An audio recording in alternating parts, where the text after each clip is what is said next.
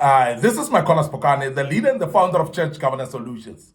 We have spoken about the work of pastors. We have spoken about all this about pastors. But today, I want us to look at what frustrates pastors, because these people, they get frustrated as well. Yes, they are visionaries. They are leaders of the church. They are leaders of your soul and so on. But they get very frustrated. And I want just to outline some frustrations that pastors are having. And I know that as pastors, they will not tell you, they will not say this, but as Church Governance Solutions, because we want to restore godly order in the house of the orderly God, we will tell you exactly what frustrates pastors. And why we want to tell you that is because we want you to avoid that so that you don't keep on frustrating these men and women of God, that they need tranquility as well. They need peace of mind. They need actually to have peace as they serve God. As they run the ministry, they need to run it in peace. But there are those things that frustrate them, and I want to outline them right here today. And I hope that they will actually be hearkened unto, and you will start avoiding these things so that you don't frustrate your pastor. The first thing that I want to bring about that frustrates pastors is lack of commitment by the church members. This frustrates every single pastor. When you've got congregants, big numbers in your church, but none of them is committed. And this is very frustrating because you make your pastor to become jack of all trades, but sometimes he's a master of none. And sometimes we point to fingers at the pastor and say, but the pastor wants to do everything for himself. But it's because you are not committed. It's because you are not available yourself. Now, what should the pastor do? The pastor will do things himself or herself purely because you are not there committed enough to do the things that are supposed to be done. When there are departments that are not led, the pastor will take them under his wing and he will lead those departments. Why? Because there are no people that are available. There's nobody who avail themselves. They are not committed at all. And sometimes there are people that are appointed into positions, but yet they don't commit. And they are nowhere to be found. They are a wall at every given time. And we want to emphasize that it frustrates the pastors when members are not committed at all. Now, commitment speaks about availability. And not only availability, but it speaks about punctuality as well. Commitment speaks about being there. It speaks about being there in time. And the other thing is to put an effort in making sure that things happen. And that's commitment. And that is something that is lacking from many of the people that are coming to churches. People come to churches to sit and warm the benches. There are very few that get committed. And that frustrates every single pastor. Secondly, pastors are frustrated by lack of commitment by church leadership. Because sometimes we talk about church members, but the reason is because the church leadership is not committed themselves. And when the church leadership is not committed, don't actually expect the congregation to be committed. Because the church congregation, they are watching upon the leadership. The leadership should be an example that is seen and practically being modeled so that they can actually be followed by the congregation that will be committed. Now, many times, when you see a congregation that is not committed, you must know the leadership is not committed. Because every time you find a leadership that is committed, you'll find the congregation that is committed as well. We want to warn leadership that if you cannot commit, so excuse yourself from being a leader in the church. If you cannot commit, so please tell the pastor, excuse me, sir, I can't be a leader in this church because I don't want to commit or I cannot commit. So this is very important. Don't just accept the responsibility of leadership as a position, but you don't accept the work that comes with it. And that's very key that we emphasize towards the leadership, because when the leadership is not committed, that kills the church, because members cannot be committed as well. That frustrates pastors, and majority of the pastors then find it difficult that when they've appointed leaders and the leaders are not committed, they find it difficult to fire them. And we, as Church Governance Solutions, we want to empower you as a pastor to say, this is your vision, this is your ministry. If people are not committed, please excuse them. please terminate them and appoint other people that will be committed, because sometimes you sit in frustrations, but it's because you don't take action as well as a pastor. And we want to emphasize that take an action. Don't sit back and become frustrated.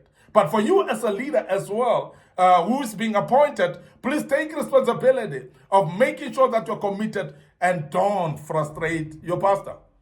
The other thing that frustrates the pastors is being called for prayers that members could easily pray for themselves. Because there are those members that think that the prayer of a pastor is more powerful than theirs. Prayer is prayer. If you are committed yourself, if you are matured spiritually yourself, please start praying for yourself. Please start praying for your family.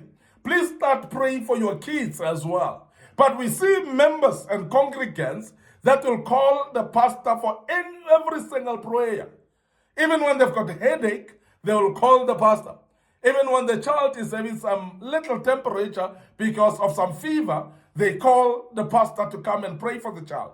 Now, how are you matured? Or how are you maturing if you don't practice to pray for your own life and to pray for your own family, to pray for your own children as well? Very important that if you want to grow in prayer, start praying for yourself as an individual. But it frustrates pastors when members don't grow to a level that they're calling the pastor for every single thing. And I'm sure you know what I'm talking about, because there are those that call the pastor for every single prayer. They want the pastor to come, to an extent of waking the pastor at night, waking him up at 1 o'clock or midnight, after midnight, and they say, Pastor, pray for my child is sick. And these are prayers that you can actually pray for yourself.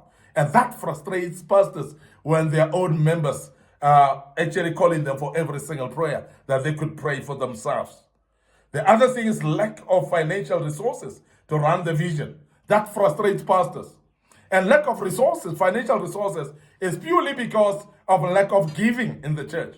And we want to urge congregants, we want to urge members that your commitment will be seen by your finances that are channeled into the church as well.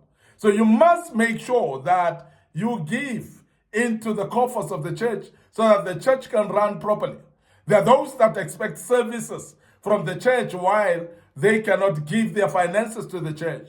And we are shortchanging ourselves because sometimes the services and some resources of the church, they're actually getting exhausted because they are not enough, because we are consuming them while we're not adding them up. We're not actually giving them. And that frustrates pastors as well, because when members are there just to consume the resources, but they cannot give into the coffers of the church for the finances to be able to supply the needs of those that are poor, those that are underprivileged as well. And let me say this, that we're actually obstructing the work of the vision, the work of the ministry, when we are draining the ministry with finances by not giving. So when the financial resources are running dry in any vision, that will frustrate the pastor, because what it does, it hamstrings the pastor, it holds their hands that they cannot be able to deliver to the mandate of the vision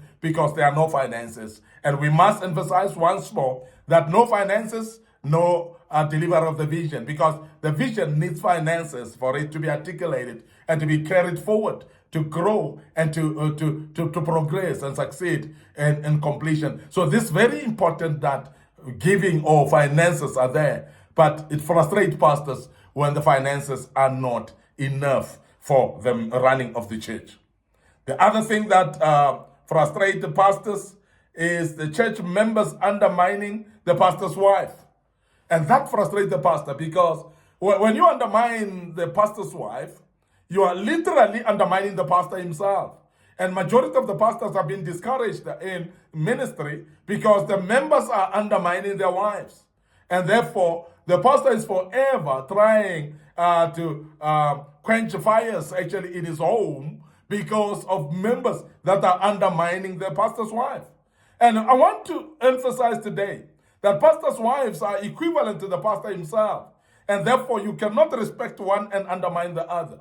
And as church members, when you undermine one spouse, from the pastoral family, you are actually undermining them all. So therefore, that frustrates the pastor, because an undermined church, a pastor's wife, will not bring peace to the church, will not bring peace actually in her own home, because she's not comfortable, she's not happy anymore. She's being undermined by the very same people that are congregants in the church. So let us make the family of the pastor peaceful by respecting both of them, the pastor and his wife, and to make sure that we honor them both, and that will bring peace in their home, and it will not frustrate the pastor at all.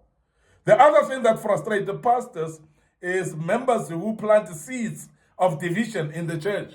And this we cannot emphasize enough. There are those people that divide people. There are those people that are breaking unity, or they're bringing division actually in the church. And we want to warn you as a church member or as a congregant that don't divide the church. Don't plant seeds of disunity. Because when you do that, you're actually frustrating the pastor, because the church that is united actually bring a peace of mind to the pastor. And the church that is divided frustrates the pastor, and don't be actually that person that brings division in the church. We want to warn you, wherever you are listening to us, that don't become an agent of division in any church, because as you do that, you are actually frustrating the pastor, and majority of the pastors are frustrated because their churches are divided. And we want to also say that what frustrates the pastors is demands coming from people who do not support the vision.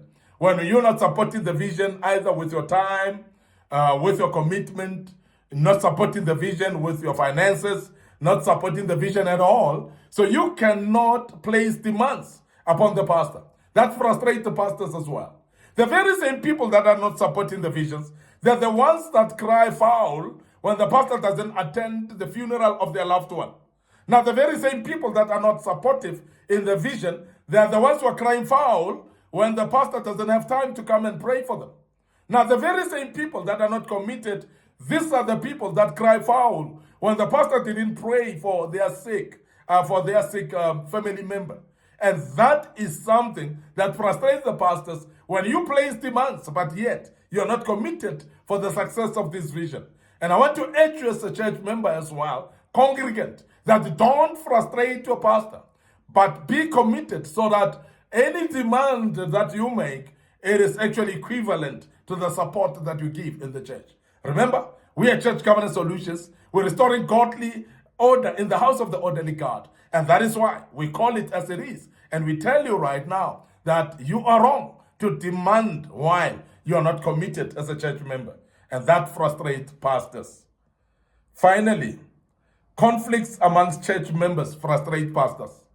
And as I've said, that conflicts are brought by, they are bringing disunity, and therefore pastors get frustrated when there are conflicts in the church. So please avoid conflicts. Make sure that as church leaders, you support the pastor by quelling conflicts before they emerge, and therefore protect the pastor by quelling and also holding those conflicts that are just trying to appear. And don't be somebody who is a conflict instigator as well in the church, because conflicts truly frustrate the pastors, and don't be the cause of those conflicts.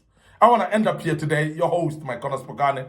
I'm the leader and the founder of Church Covenant Solutions. Remember, we are restoring godly order in the house of the orderly God. And I believe strongly that you've learned out of this, and you'll follow us on our social media platforms. Our Facebook page, Church Covenant Solutions, and my personal Facebook page is MIcornus Phokane. So please follow us there. Click a like on these pages, and the good Lord will bless you as you do that. Our TikTok account is under MIcornus Phokane, so please follow us on our TikTok account as well. Very important that you learn as we restoring godly order in the house of the orderly God. Don't forget, our YouTube channel is under Young Men Empowerment Forum. Our YouTube channel under Young Men Empowerment Forum. So please subscribe to this YouTube channel.